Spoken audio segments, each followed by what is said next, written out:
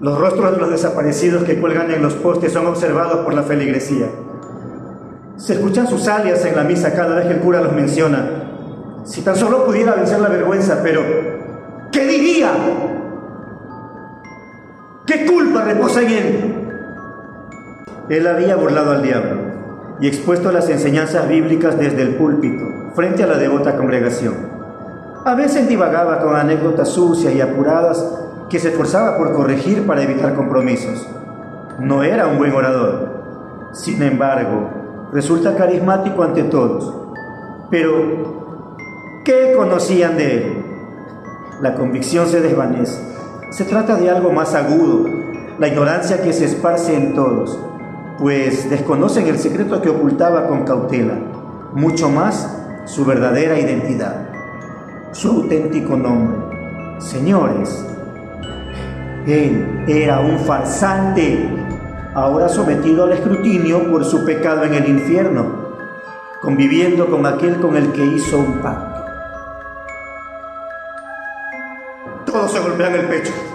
Por mi culpa, por mi culpa, por mi gran culpa. Pero volvamos al pasado, volvamos al origen de todo. ¿Dónde empezó esto? ¿Cuándo? ¿Dónde? Así es, no se equivocan. Fue precisamente ayer, después de engañar por primera vez al diablo, al esconder aquellos ladrillos y ganar su primera batalla. Todo lo demás fue sencillo, pero había un gran problema. El Dios de los cielos no lo aceptaría, porque él había hecho un pacto con el diablo. Su redención no era posible. Pero como dicen, la intención es lo que cuenta, así que fue impedido de cualquier aspiración a llegar al cielo, y tampoco podría ir al infierno. Había engañado al rey de las tinieblas. Jugó con cielo e infierno. Quedó en ese espacio que muchos consideran una utopía, el limbo, un lugar condenatorio para aquellos que no son dignos de ir a la bóveda celestial ni al ardor del infierno. Están peor que todos, pues son almas deambulantes, sin descanso alguno. ¿Qué salió mal entonces en aquella ocasión? Fue muy sencillo esconder los ladrillos y engañar a Beelzebú.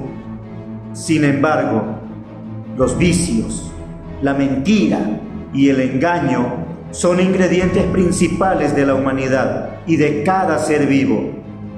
Dios sentenció desde el cielo que en toda iglesia donde hubiera un faltante, Él se haría presente. Y así, su alma en pena no tiene descanso. Ya sea un ladrillo, un campanario, un sacerdote, los feligreses o cualquier cosa material o inmaterial que faltara, allí estará su espíritu, posicionándose en el cuerpo de otro infeliz para poder seguir este pacto inconcluso. Lo que nos lleva al Cristo del Consuelo, lugar donde hay una masiva congregación y se realiza una gran peregrinación anual que recluta más adeptos. Es reconocida en todos lados, pero si en este templo hay sacerdote, hay iglesia, hay campanario y hay feligreses, ¿por qué tantos desaparecidos? ¿Por qué tantas muertes? ¿Por qué está tan maldita? Es por la falta de fe, ese pequeño ingrediente capaz de mover montañas, como revela el Sagrado Libro, que es capaz de dar la certeza a lo que no se espera y la convicción de lo que no se puede ver.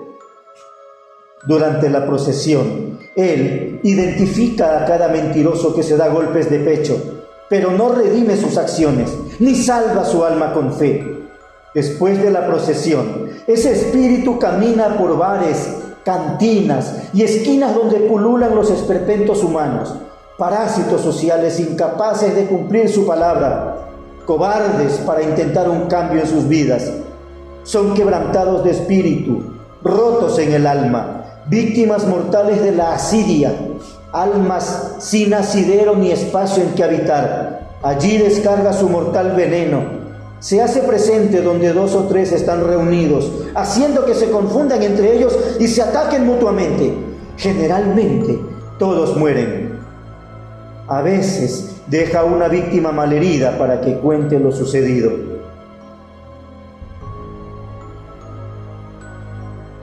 Fue después de la pandemia, aquella época en la que caminábamos de la sala al patio, del patio a la ventana, de la ventana al baño.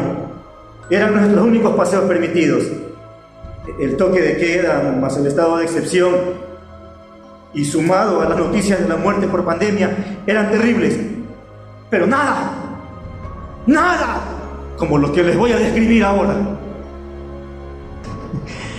Después de aquella pandemia, todos salimos como cabras locas a buscar lo que tanta falta nos hacía: la jerga callejera, libaciones, sexo, drogas, maledicencias, nuestros hábitos comunes, es decir, el pecado.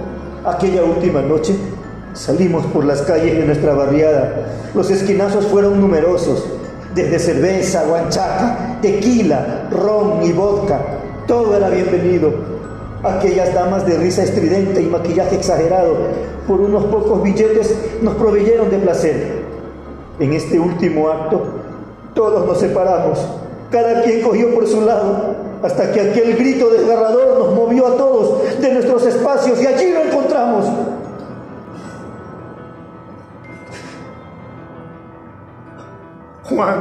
Juan tenía su rostro petrificado, sus ojos desorbitados, enrojecidos cual llama ardiente,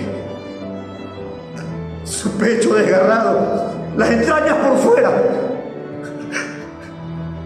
las venas de la carótida y de la frente exageradamente brotadas. Su miembro viril ni siquiera fue encontrado. Juan era muy dado al voyerismo. Le gustaba fisgonear. Comía por gula. Y por supuesto, le encantaban las orgías.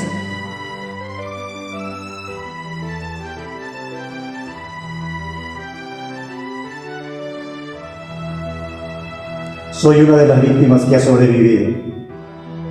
Creo que me dejó vivo a propósito. Desde aquel día, mi acercamiento al pecado es a kilómetros de distancia. Mi fe no ha menguado. Y aunque conozco y reconozco su voz, no puedo denunciarlo y no voy a hacerlo. Eso es algo que queda entre él, Dios, y el diablo.